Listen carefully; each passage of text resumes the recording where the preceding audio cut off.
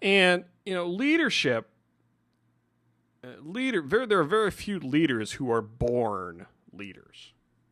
I mean, for most of us out here, there are leadership skills that people can learn, have to learn.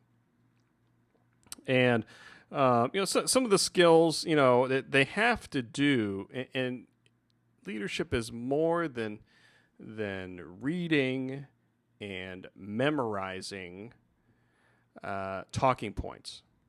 It's more than that. It is bringing yourself into the advocacy story. This is why I think a change should be brought about, because this happened to me, or that happened to me, or this happened to my patient, or that happened to my patient, or this or that happened to my family.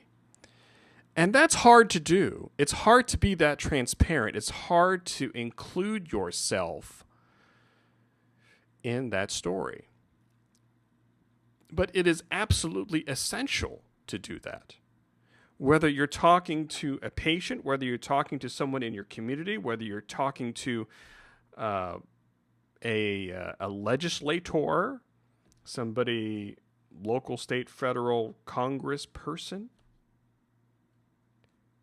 Because thinking about it yourself, if somebody comes up to you and says, this is what I feel passionate about, and these are the reasons why, and they don't connect themselves to that, it's not very effective, So this is why I think primary care should be, more recognized or more valued. I mean, if it's not included that I am a primary care physician, if I am a family physician, it loses some of that, don't you think? If I'm just some random guy out there, I mean, of course, there are people who are effective communicators, but they do that by including themselves in the story. And that's what this weekend was about. It's hard to really explain unless you're actually there. But you had all of these students from all across the country come to this summit. And for the most part, these people did not know each other. And they're asking to share of themselves during this 2-day meeting. And it is a big wall to climb to do that. I don't know if I could ever do that. It is kind of an express course on how to do this. And I heard some stories, through the weekend that are very moving. They're very powerful. They're very personal. That I can't believe people were sharing, but it shows me that they trusted the process. They trusted the process that say, hey, the greater good here is to get the word out about primary care, to get the word out about family medicine. And it was great seeing all these teams from different parts of the country, the team leaders, the coaches, the staff from Primary Care Progress, all working together towards the goal. And these are long days. I mean, they started at 8 o'clock and in the morning, and they ended sometimes at 7, 8, 9 o'clock at night for these 2 days. I don't know how these people did it. And if you go to drmikesevilla.com, you'll see an essay, and you'll see some of the tweets that were out on day one. They're up at drmikesevilla.com. And there's also pictures up there, too.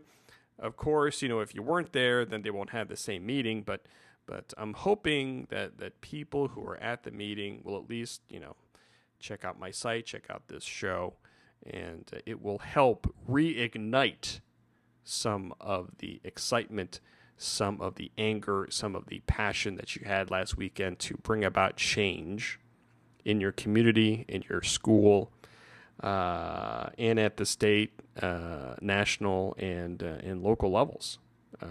And I'm hoping some of the friends that I made last week from across the country will even start using social media more to tell their story. Because, back when I was in school, we didn't have this social media thing. We were relying on letter writing.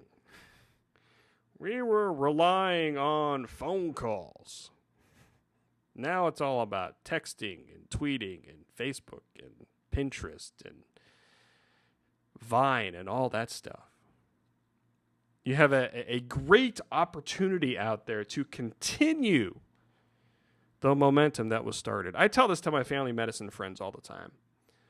You know, I go to these primary care meetings. I go to these family medicine meetings. We all get all revved up.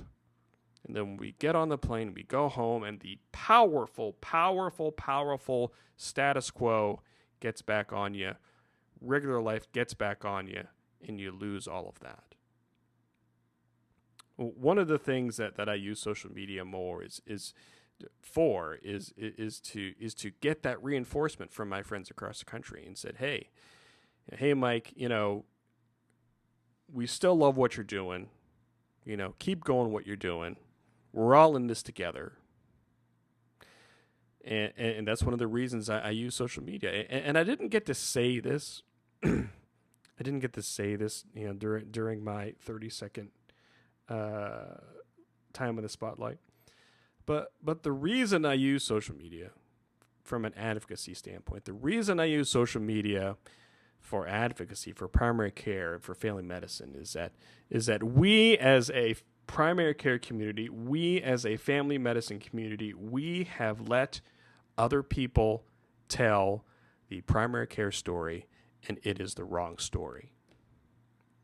And if I had another shot at that, that would be the one-liner that I would tell these students. I mean, I'm telling them now through podcasting. And I tell my family medicine friends this all the time. You know, it's not anything new. It's not a big revelation, but it really sums up why advocates do what they do, why primary care advocates, why family medicine advocates do what they do. We have let other people tell the primary care and family medicine story, and it's the wrong story. So that's why we have to rise up and say, hey, this is what's going on. Because the other side of that is that if we as primary care and family medicine advocates don't stand up, who will? Nobody will. We have to do it. So that's why this is I do what I do, and it was just such great fun meeting and connecting with people at this meeting last week. And there was a couple of people last weekend who came up to me, and they said, Dr. Mike, you know, it is great meeting you in person. I've been listening to your podcast for a long time. I heard about it from a friend of mine, and it is so weird hearing your voice coming from you and not coming out of my computer or out of my headphones or out of my earbuds. This is a surreal experience for me. And what do you say to that? That is just that is like the coolest thing ever. I'd like to thank all of you out there who support me, who support this show, and who support doing what I do by spreading what I do out there. It is so much fun. It is. I get energized and re-energized, especially when I get around the young people.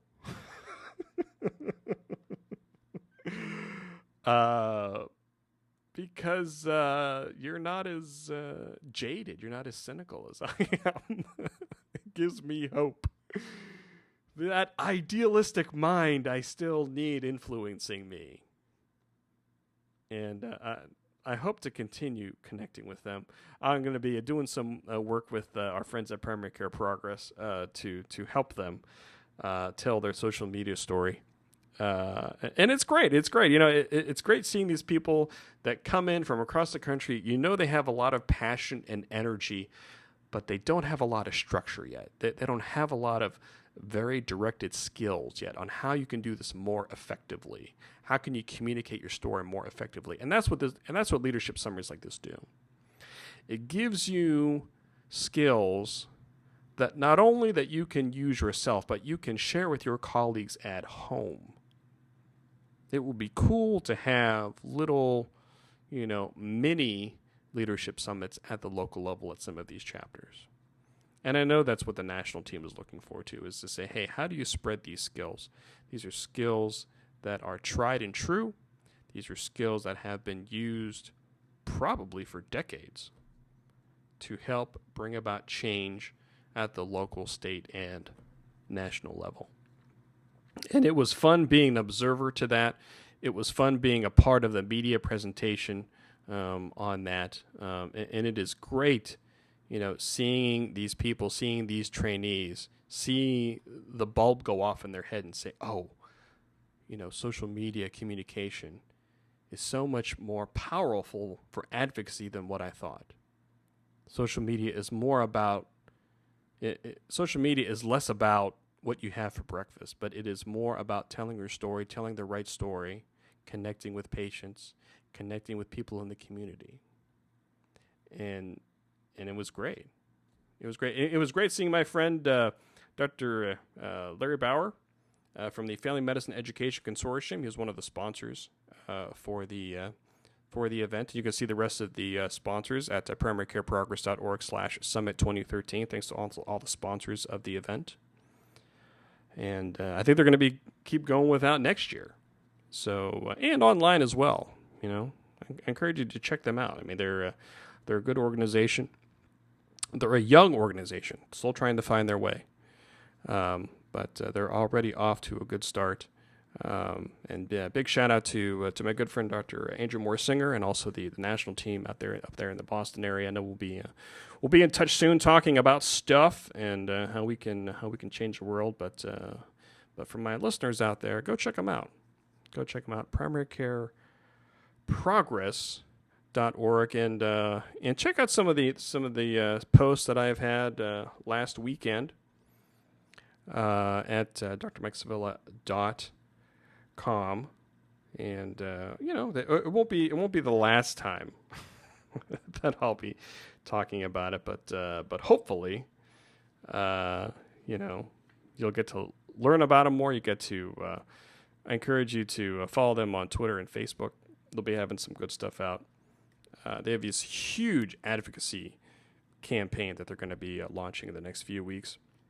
And also, you remember last year, National Primary Care Week, they were huge for that out there as well.